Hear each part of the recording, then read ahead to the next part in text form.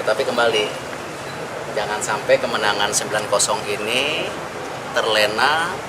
Tanggal 12 juga Turkmenistan bukan tim yang bisa dianggap.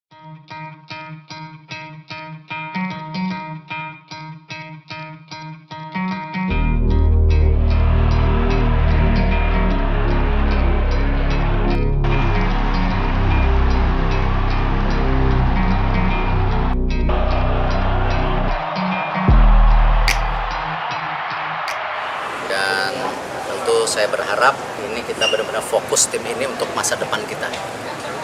Karena kita berharap tentu kalau tanggal 12 kita bermain baik, kita masuk yang namanya kejuaraan U23 AFC di Qatar bulan April, sehingga itu merupakan babak kualifikasi Olimpiade. Lalu untuk para pemain, saya bilang, Anda mau nggak main Olimpiade? Tetapi kembali, jangan sampai kemenangan 9-0 ini terlena.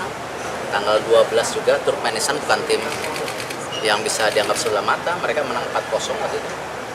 Dan beberapa pemain yang kemarin bertanding dengan tim senior juga akan gabung di U23-nya mereka.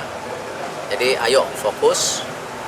Kalau nanti sama Turkmenistan tanggal 12 hasilnya juga bismillah baik, nanti ke Qatar ya fokus lagi. Kalau ingin menjadi tim yang benar-benar Indonesia bisa banggakan. Karena ini saya bilang mereka generasi emasnya Indonesia.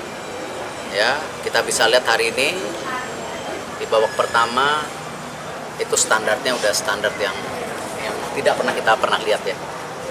Di babak kedua ya masih bisa standarnya. Tapi kembali bisa nggak bermain seperti itu dengan tim-tim besar.